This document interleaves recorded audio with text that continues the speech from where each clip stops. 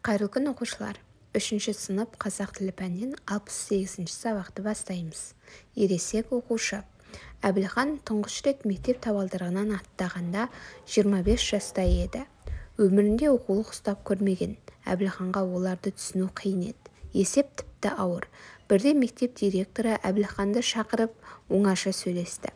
Сонан соң сыныбындағы 2 баланы шақыртып алып, ертеңнен бастап Әбілхан сурет студиясында оқиды. Екеуін кезек-кезек студияға ертіп барып, оған тілмәш боласыңдар деді.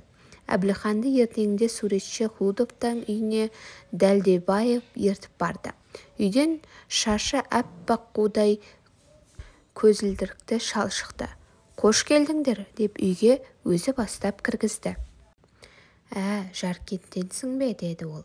Білем, ол жерлерде болғанмын, тамаша таулы өлке деп жер жаннаты жетісуды жанындай жақсы көретінін айтты. Үйренуге сабақ алуға келдім дегенде Хлудов қатты қуанды.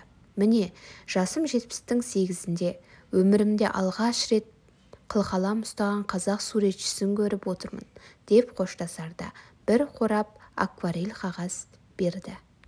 Тапсырмалар. Тірек сөздерді белгіле. Мәтін кім туралы, ол кімнен сабақ алды? Әбілхан неліктен мектепке кеш келді деп ойлайсың? Мәтін неліктен ересек оқушы деп аталды? Мәтіндегі жалғыз есімдерді теріп жаз.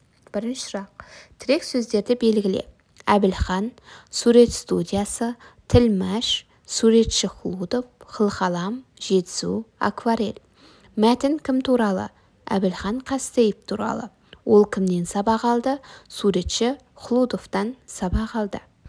Әбілхан неліктен мектепке кеш келді деп ойлайсың? Жауабы, оның мүмкіншілігі болмады. Мәтін неліктен ересек оқушы деп аталды? Себебі Әбілхан Қастеев 25 жасында алғаш мектеп табалдырығынан аттаған. Соңғы сұрақ. Мәтіндегі жалғыз есімдерді теріп жаз. Әбілхан, Дәлдебаев, Хлудов, Жаркент, Жетісу. Келесі тапсырма көптік жалғауларының тиісті орнына қойып жаз. Ауданда суретшілер жарысы өтті. Бұл жерде суретші сөзіне лер жалғауын жалғаймыз. Балалар сурет салуды жақсы үйренген. Жеңімпаздарға сыйлық тапсырылды.